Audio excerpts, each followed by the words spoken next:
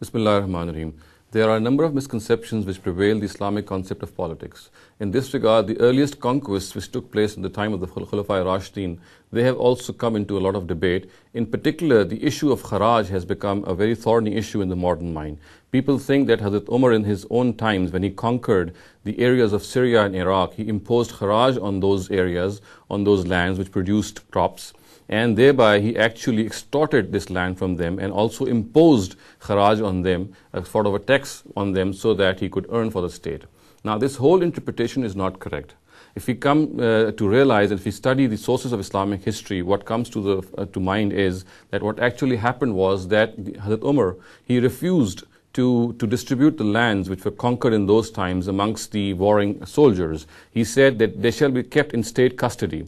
They shall be owned by the state. However, the local people, they can use those lands, they can sow those lands for their own cultivation, and then they can give a rent on that, which was called kharaj. And this rent, of course, was proportionate. It was commensurate with the amount and the extent of produce that land did. So if a land produced a large amount of crop, the kharaj imposed was also greater in number. And if a land produced lesser amount of crop, the kharaj imposed also was few in number.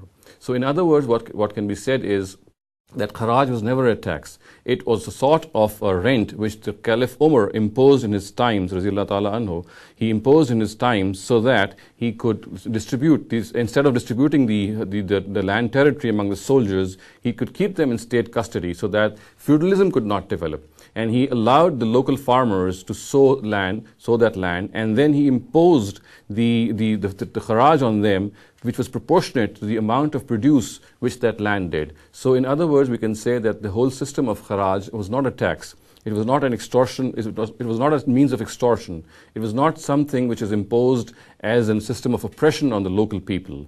The fact of the matter is, in those times, the lands which were conquered, they were kept in state custody by the Caliph Umar Raziyallahu ta'ala anhu. He kept them in state custody, and he allowed the local farmers to sow their own crops in them, and then he imposed a certain amount of rent which was proportionate to the amount of produce on those lands. أقول قولي هذا واستغفر الله لي ولكم ولسائر المسلمين والمسلمات.